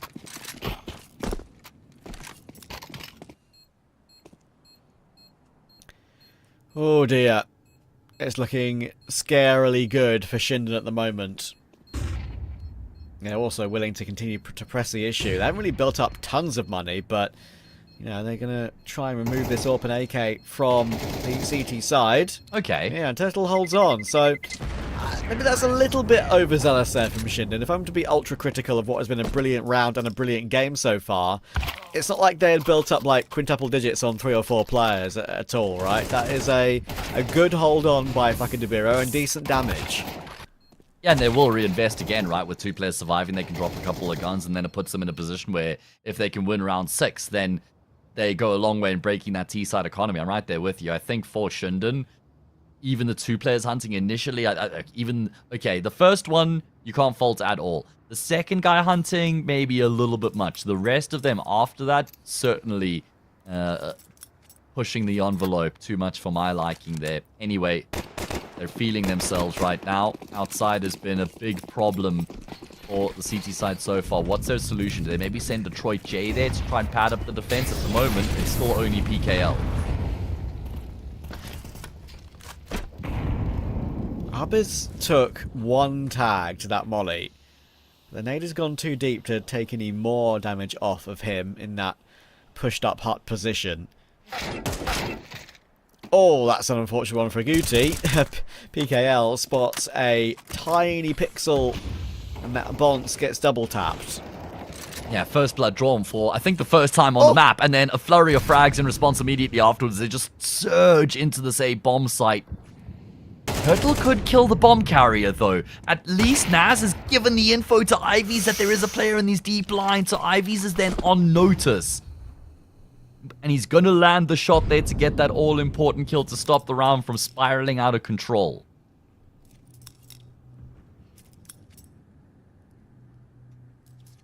Yeah, it was one that could have been recovered for sure.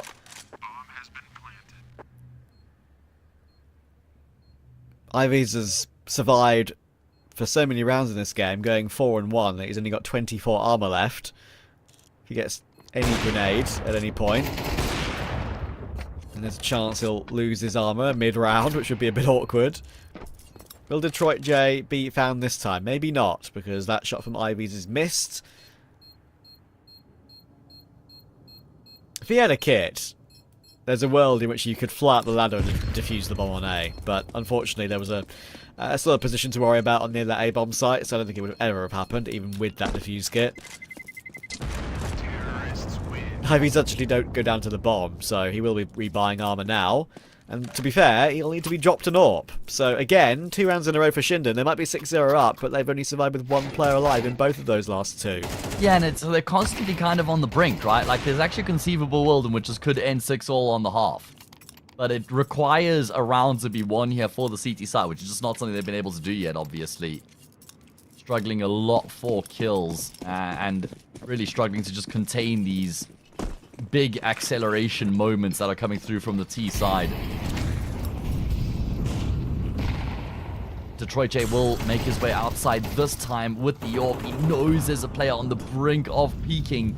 He's not going to get offered up that duel. Now he's going to hear the steps and smartly will make his way out of dodge, avoiding any chance of going down in that advanced position. Talking about advanced positions, is PKL who's gone for the elevated angle, and for good, he spots him and he peeks back out. Frag found, round in motion.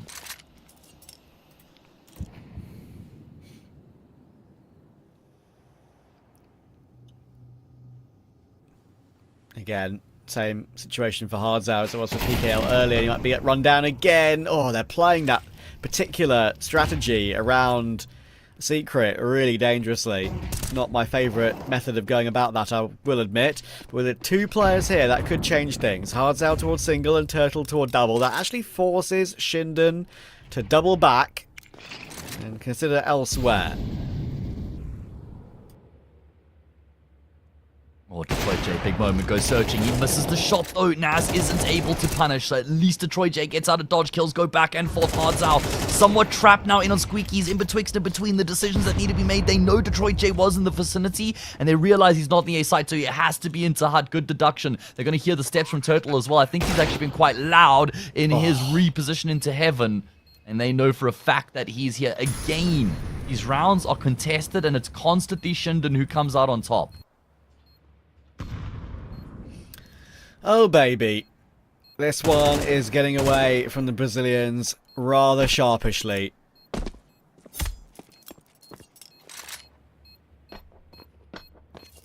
Turtle is giving it a look. I was talking about maybe going for a shocking late retake or a ninja defuse in some way because they need anything they can get right now. They're needing to take gambles, but that's not going to work. Ivies will hit the headshot. And sure, well, there's some money available. Right now, that is not changing a thing. ShindeN are destroying them. Yeah, the one thing I just want to add into the conversation is that it did happen a couple times against Uno Mille yesterday where they were in complete control, and then they did maybe get a little bit complacent, and that did come back to bite them. So I wonder if they've learned from those moments and that they're going to maybe just be reminding everyone, hey boys, let's just remember to stay locked in here and not start to get overly confident or comfortable. That could be the only way back into this, you would imagine, if ShindeN continue to remain fully focused. They're absolutely on course to get this done without breaking much of a sweat. We've already highlighted how ridiculously good their CT side is on this map, and they've already got 7 rounds on the T side. PKL. Oh. Just about gets a retreat into the back of garage. How much longer will he be alive there for, though? A bit of a change-up, a fast drop outside. Thankfully, good movement there from Turtle to really strafe fast into that angle to get the kill. But it might be the only kill they get in the round at this rate. Hardzao and Mini, he sees Naz. There's at least one back. But the bomb is still in possession on Ivies. It's not like it's in any CT's grasp off the back of these 2 kills. And they're trying to make a move, but Tommy J has already seen that move, I think. He's going to be 1 kill on the side. Doesn't know about the second, of course. Surely CKZ will recognise that and does get that trade kill. Go on, mate. But now they don't even need to go anywhere near him. And as you can see, Ivies is actually going to go in for that kill. You can see him shifting toward Mini there. But firstly, he smartly avoids him. Secondly, he was seen by Arbis with CK Zhao, and then Ivies can just hold the vent when he made his way down secret. Yeah, so good everything comms. that could conceivably go right is going right for them right now, I think. Yeah, absolutely, mate. They're just abusing outside.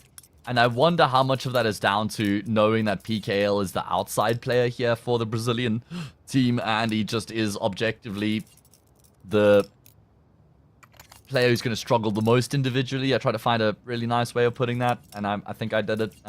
But he is the most underwhelming mechanical player for this fucking Biru roster.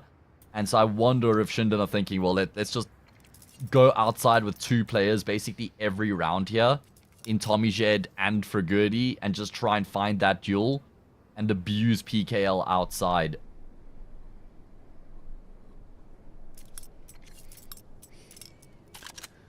Yeah, now they're going to have to lightly invest as well.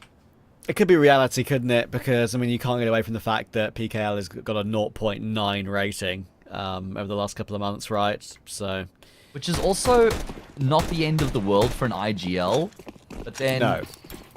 you know, Hards are 1.0 rating. You have got 3 players at 1.1 plus, but you don't have CK Zhao playing at that 1.17 rating. And that's where your 0.9 IGL will become far more of a hindrance when you're not getting those big dogs popping off in the way that they normally do. Tomajed pushing down towards Secret. CK Zhao will win the battle this time. Tomajed moving a little bit on that crouch strafe. I've died many a times to that. You think your crosshairs on their head, but you've got a bit of inaccuracy going for the play on that sort of movement. Harzad's going to drop in. There's the Fly Mag 7. There we go. Something to get them going, maybe. Now Naz needs a 1v4. The Mag 7 does love a bit of jumping kills. Seen that many times over the years. A Pasha biceps one into Mirage Apartments comes to mind. Ship's half wall. Ship's half full Inferno, we love that. That's a classic. That's what he's known for, pretty much. I joke. But yeah, Naz needs a very difficult clutch now. And sure, 2 players below half health, but, you know, surely after all the hard graft for fucking Biru in this half, this is not one they give up. No way, right? Oh, no way, right? I mean, the flanker from CK Zhao is going to be able to finish it off. That was kind of the insurance policy in the round.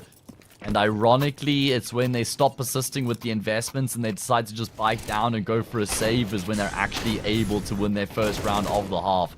They need all 3 rounds in this half left remaining if there's going to be any world in which they could even stand a remote chance. And even then, we're reaching so much we might tear a muscle.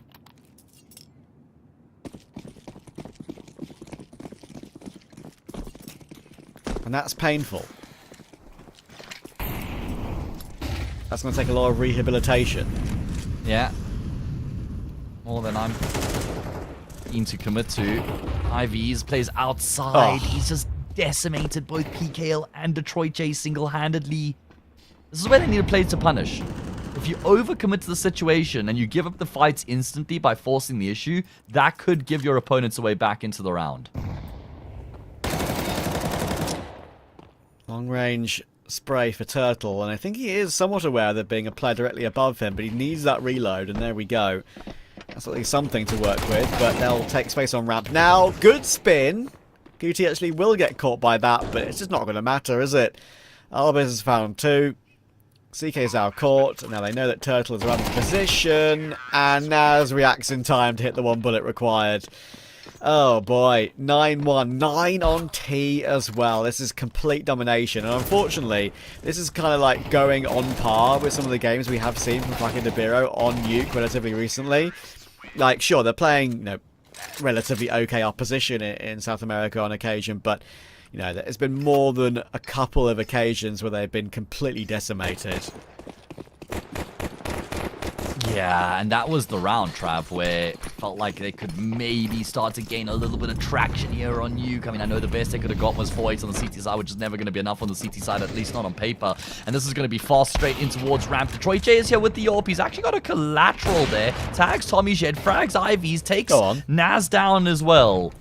And that will put up a bit of a resistance here and keep ShindeN at bay. That's totally acceptable for Detroit J. Something like that. Maybe kickstart them to try and find that third to just at least get these final 2 rounds of the half. Keep them alive in some way, shape or form. I mean, Guti, it's kind of funny, right? We were talking about how occasionally, you know, Naz would have a bad T-side of Nuke. Well, it's Guti, right? We know how good this guy is, but he hasn't been needed in this game. He's going 3-8 and they're winning 9-1. There's been no requirement for him to frag out at all. Oh, that's nice. You might need a clock in here in this round. I love it. Has he slipped the net? Oh, he's made his way through. They need to expect CK Zhao still to be here, though. This is his bread and butter. You push tab, you see he's still alive. You've got to expect him in this position. Arbers gets the responding player in PKL. And now he's got his teammate who's coming up into heaven as well. They know they've got CK Zhao trapped in here, but Detroit J has arrived just in time. Oh. And he will double down. Brilliantly done out of Detroit J. A huge round with his 4 kills.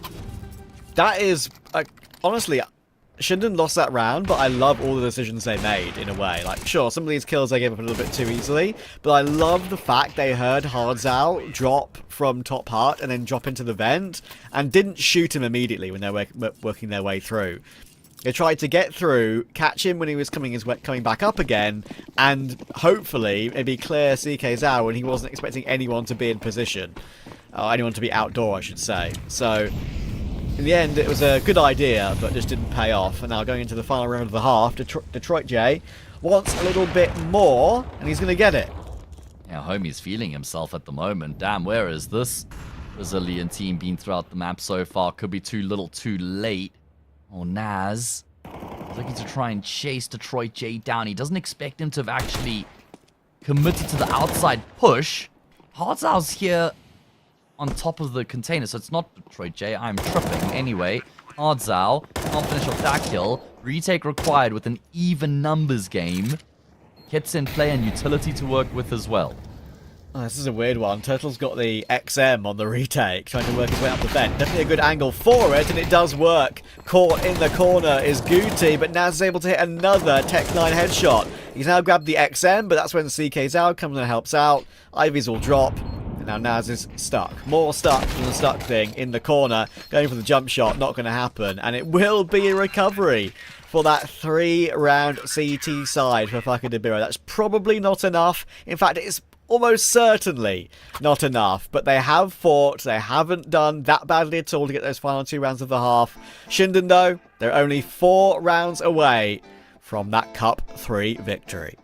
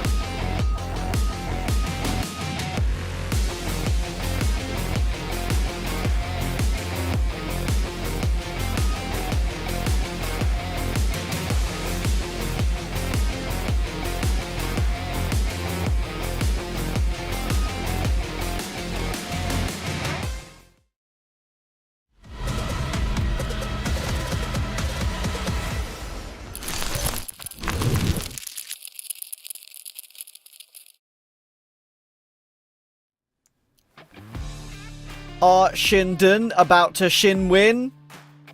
Hell yeah. I like that one.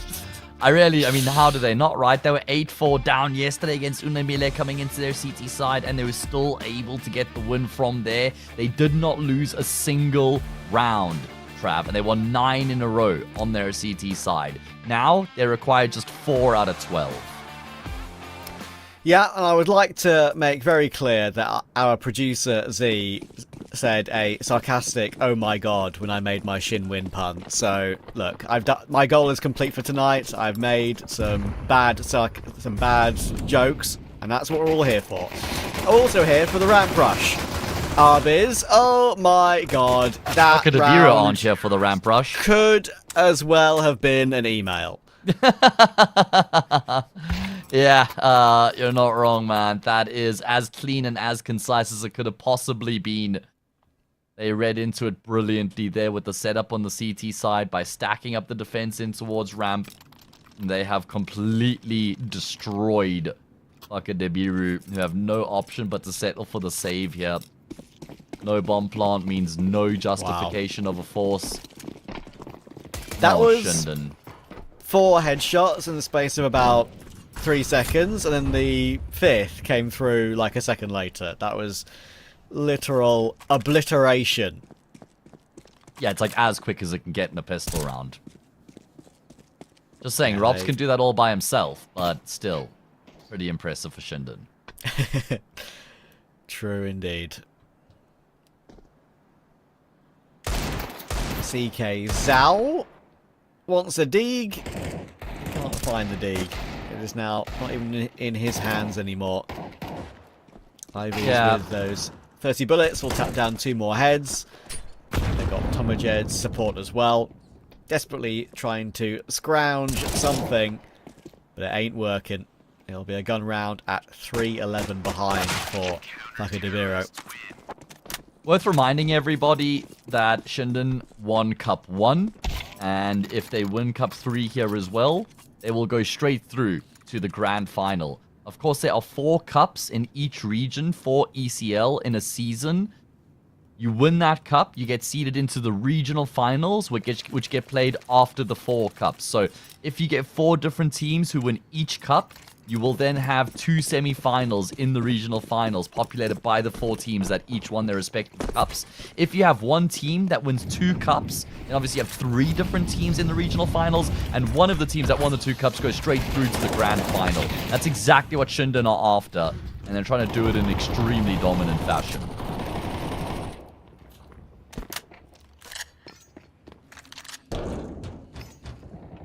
This is nice, though. The team have successfully made their way down secret. Tommy Shed should have had that kill. Detroit J, as soon as he gets his gun out, is able to snap the head right off, and they now find themselves in an unlosable 5v3, so they're not done just yet.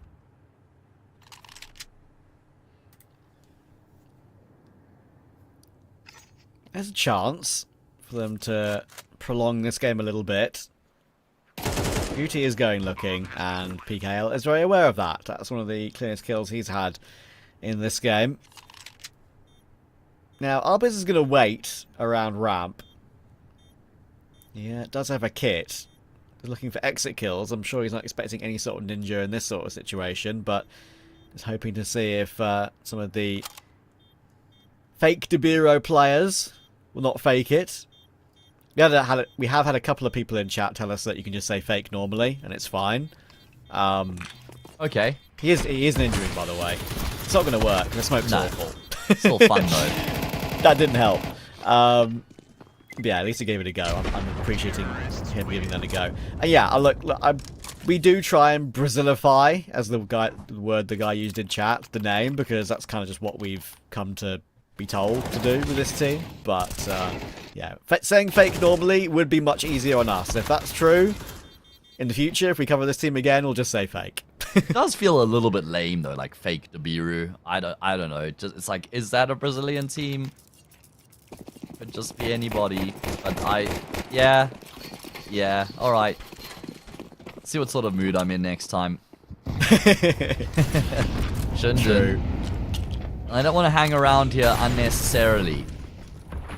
They are going to have a decent set of weapons. 5 rifles in play. Arbiz goes searching in towards ramp. It's a really good flash. A lot of damage done, but he's not actually able to get a kill off the back of it. So, well done from the T side to stave him off for now and keep all 5 players alive. Yeah, it's totally acceptable in that situation.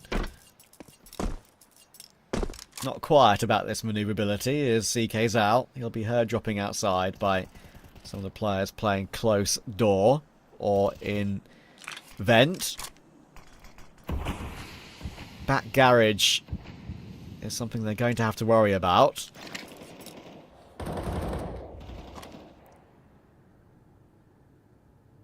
Actually looks like they're going to retake ramp. I don't even mind that, right? They know they put a lot of pressure on that position earlier. They know Arbiz saw multiple players. You might be thinking, okay, well,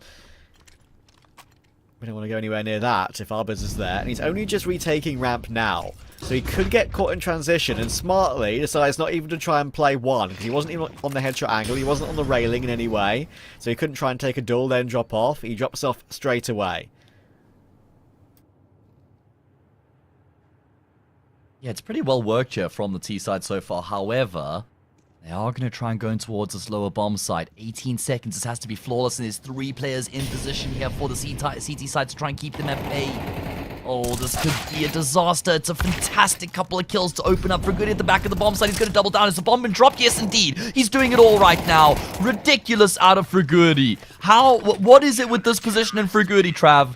He got that ace in the 1 round in the pistol yesterday. He got that quad kill when he was like the last defender on the B-bomb site, and then a triple here in this one to shut his opponents down again. He loves it, and he's had a very poor map by his high standards overall as well. But when he needs to deliver, when he's in a position like that he likes a lot, and in general, he needs to show off his individual ability, he will, and he has again.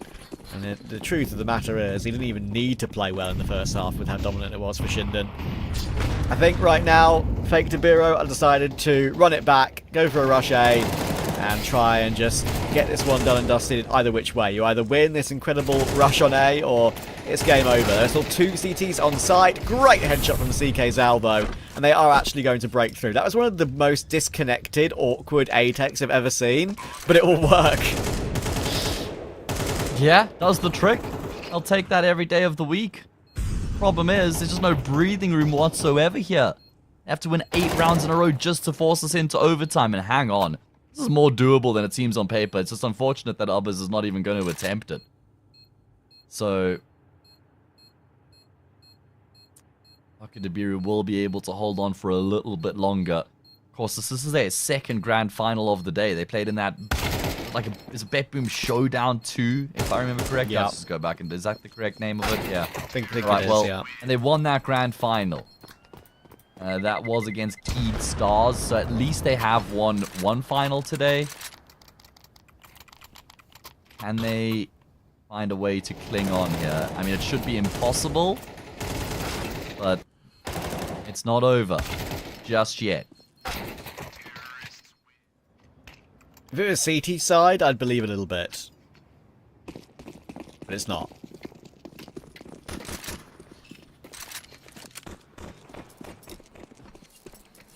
Yeah, it's very difficult to believe, but Trav, I believe in magic. Well, no wonder, because we are so magical, we'll be on the IEM Rio broadcast in a few days. Hell yeah, baby! Let's go, can't wait. Next time we'll be on an ESL stream will be for IEM Rio on the B stream. Make sure to tune in. Probably got some very exciting games on day 1 as well. I think we've got, what was it?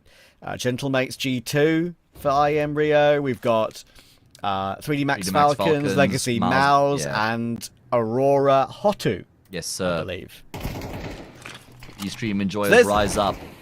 There's a difference there, by the way, Matt. Just incidentally. We saw how Fakir Biru played that on their CT side, that gap angle in secret. ShindeN already, with Tomajed there, played that so much better. Like, they didn't reveal as much of their body, they didn't overly jiggle. Further back as well. Yes, exactly. Take notes.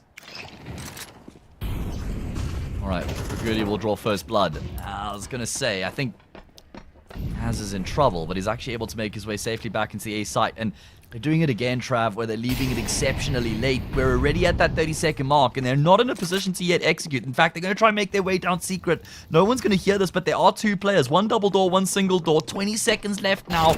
They have no option but to just try and charge through. Tommy J will take the first contact. That's going to bait a teammate, and brilliantly Turtle will find 2. It still may not be enough. You still got Arbiz, the snake that lurks in the grass. That will drop the bomb. Far too much to do with too little time on the clock, and ShindeN momentarily will be crowned the champions of ECL Season 51 South America Cup 3. And there it is. Very comfortable in the end for ShindeN. They were the favourites in this entire bracket coming into it. And they had to do it the hard way with a scheduled clash in that upper bracket match early on in that quarter-final. Dropping into that lower bracket, they fought all the way through. And they have not just made their way into the regional final, they were there already. They now have it through to that grand final. So yeah, they skip around and they'll be loving it. They'll be coming back in Cup 4 without a doubt, match, looking to try and get a map advantage in that grand final. Why wouldn't they, Trav? I mean, that's their best path, their best possible chance of getting a spot at ESL Pro League. That would be a huge opportunity for ShindeN. I'd even wager the biggest land of these players' careers and for probably the org as well. So, yeah, it'd be a great chance for them to get an even better edge going into the regional finals. We do get a quick look over the bracket here once again, and we get to see the marvelous run from ShindeN here in Cup 3. As you highlight, they were not beaten by Unemile in that upper bracket quarterfinal. Had to forfeit that series, so the only win they got was against Charados, and then afterwards they were dropped down to the lower bracket. Of course, Biru had a solid run in their campaign, beat LP, Unomile, and then came up against ShindeN in the grand final where they fell short. But I want to highlight this lower bracket run from ShindeN, where they had to win 5 best of 3s with their tournament lives on the line in every single game, and they managed to make it happen. Yeah, and don't get me wrong, right? There are some teams here that which you'd expect them to be beating. I mean, like, you know, Payne's Academy, as an example, right? You shouldn't be losing to an Academy team if you're ShindeN with the names from Argentina that you've got on your team. But yeah, like, overall, the fact they're able to do it so cleanly does tell you that they are a little bit different at the moment. And sure, I'm not going to pretend they're like the next big thing. I think they're on the right track, though. Yeah, I'm right there with you. I think they are indeed. They dropped a single map in the entirety of Cup 3, and that was to LP, who were the highest rated team coming into the tournament. And there you have confirmation. They have taken home a phenomenal prize purse of $8,000 for ShindeN. That is going to be a very happy payday for these ShindeN players, and completely deserved for the run that they've had as well.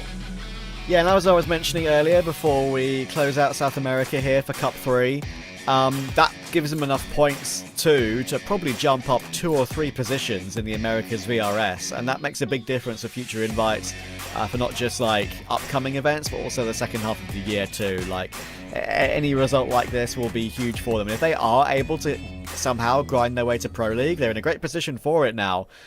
In Season 51 in Americas, you know, that, as you said earlier, that will be the biggest event they've played in their careers, without a shadow of a doubt. I mean, maybe Naz, when he was on Bestia, has played a few.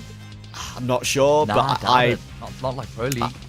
No, I agree. I think Pro League would be the biggest. Anyway, we found our Cup 3 winners. We need to find our Cup 3 winners in North America as well. We've got one more game to come on the stream later on this evening. We'll be handing over to some of our colleagues for that one. But for now, for South America, for Cup 3, it's it for us.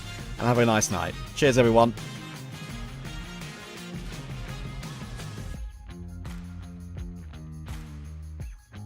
Just be that advantage still, though, for ShindeN. You never know. They do really well at Cup 4. They're going into the crossfire. What is going on here? They need a trade. PKL going to become exposed to one another. And it's Detroit J who will come out on top of that duel. Arba's in the corner. Does he get hard cleared? It's so uncommon to check this position. It's such a common position to play from. It's pretty much a done deal. That could be an opening at least. But Ivy's going to get both. Clean work from him. It's now 1v1. All Naz needs to do is waste time. The bomb planted for him, absolutely. And it's just about getting the kill and covering the diffuser, but he's sprayed down too. Detroit J has gotten off the diffuser. Naz has read into that, and I think he's bought enough time already. He now knows for a fact Naz will clutch and save the day for ShindeN. Movement. Hazard's going to drop in. There's the Fly Mag 7. There we go. No option but to just try and charge through. Tommy J will take the first contact. That's going to bait a teammate in brilliantly. Turtle will find 2. It still may not be enough. You still got Arbors, the snake that lurks in the grass. That will drop the bomb. Momentarily will be crowned the champions of ECL Season 50.